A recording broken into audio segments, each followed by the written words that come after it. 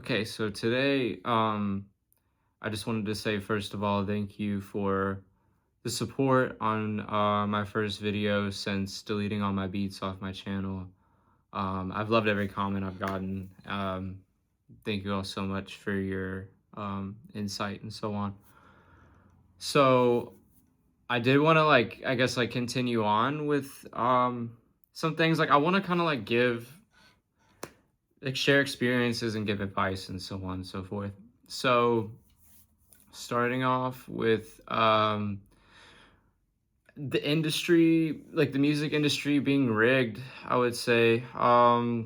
Slight exaggeration depending on how you interpret it, but I witnessed some interesting things, and I'll probably talk about it more, but in different ways and stuff. But to start off, I would say nepotism is very prominent no matter which continent you're doing the music industry on or working the music industry on.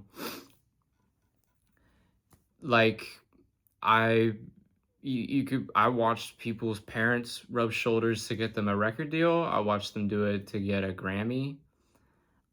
It's all fake and pretend, and I'm not speaking as a sore loser or anything. I support it, you know what I mean? But it just kind of makes you think how pretend the whole thing is. Like the Oscars, the Grammys, the MTV awards. It's all just handshakes, rubbing shoulders, and kind of like political elections. But I guess just, you know, don't take it so serious. I still would love to get a Grammy, you know what I mean? But don't get hung up on these things, and the money side, the business side of the music industry is really not what it seems.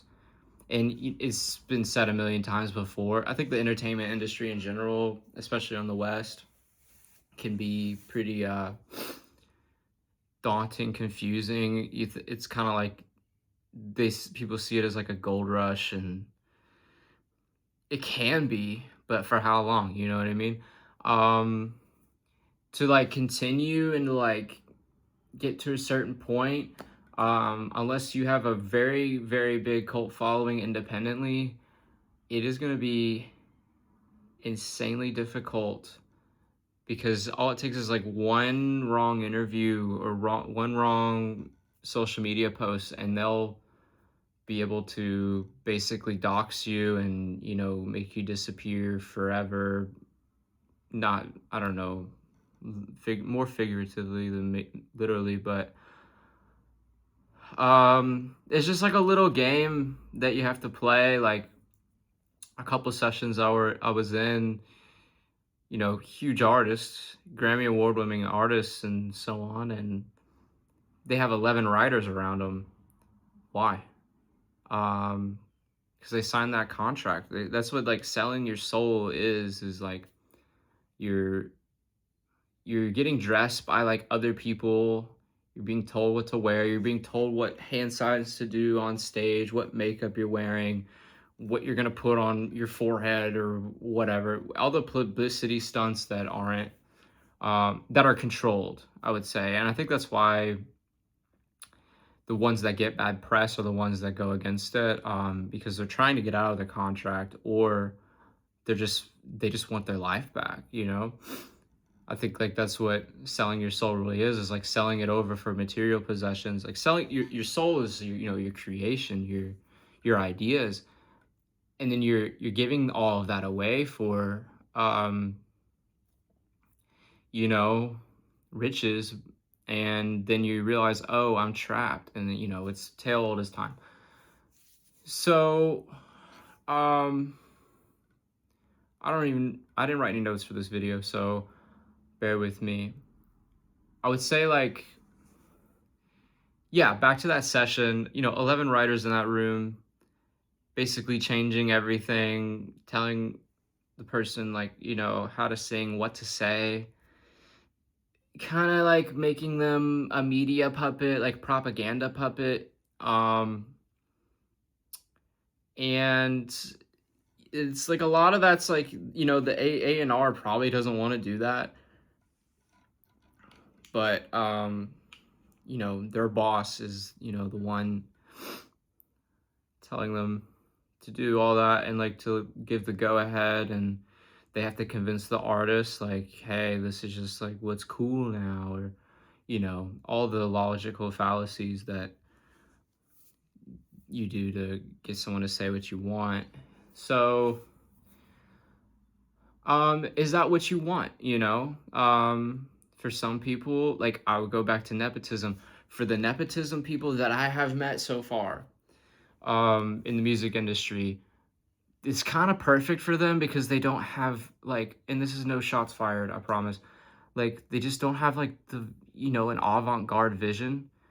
It's very conventional. They're usually like, just wanting to clone Ed Sheeran or someone like that because they think that's all they know. That's like the music that they have gotten to surface level. I met some really cool Nepo babies that are into some cool stuff, but they're not into, what I mean, getting into the industry, probably because they know what it's like, or they, what I mean, their parents are kind of like, hey, I don't want you selling your soul, you know what I mean?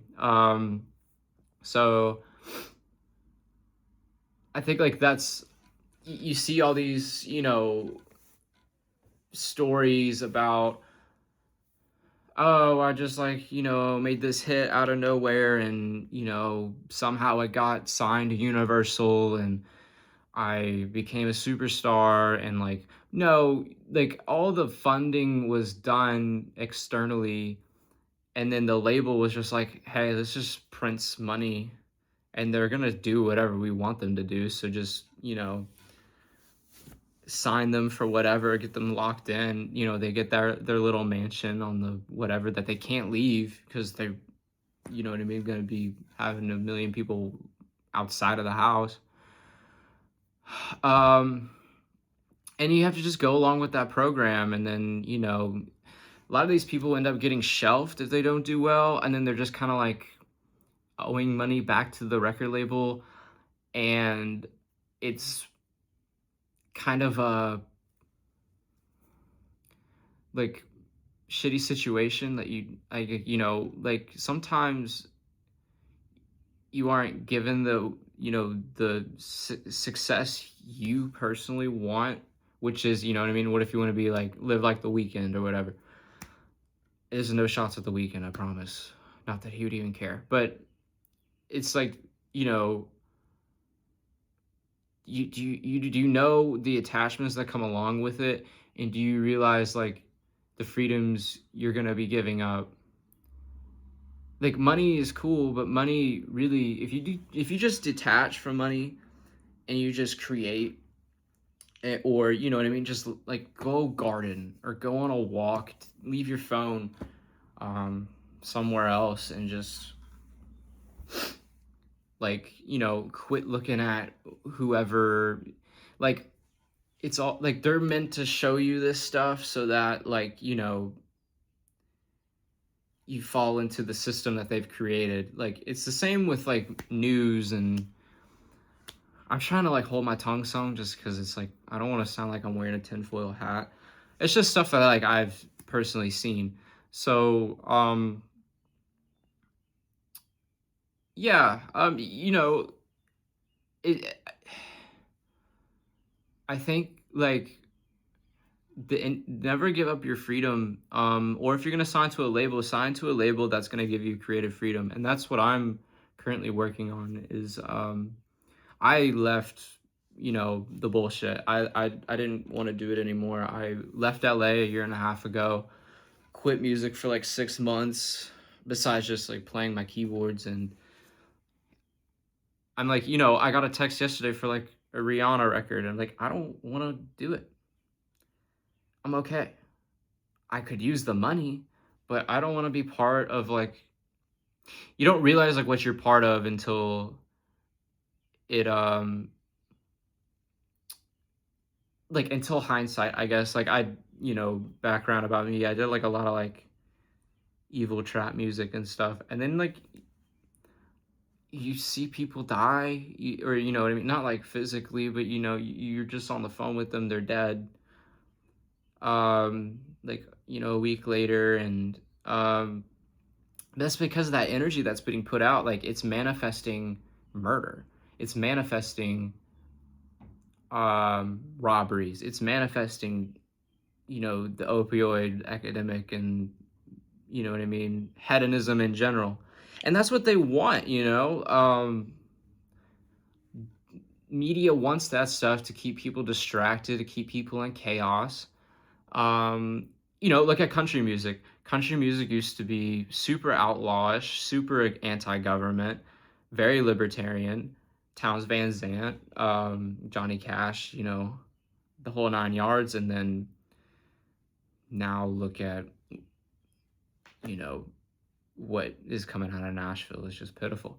So I guess that's just what my point is. Like, don't let things, like, don't let this illusion, the smoke and mirrors of like this lavish life you see on social media that other people are living, or even just your friends, like if they're posting like a Louis Vuitton belt, I guarantee you they Klarna that shit. Which I use Klarna for music gear, but you know, like, what is that? You know, for what, people to look at your belt? 50 other people and within like a 3 mile vicinity of you are gonna have a Louis belt on. You know, so just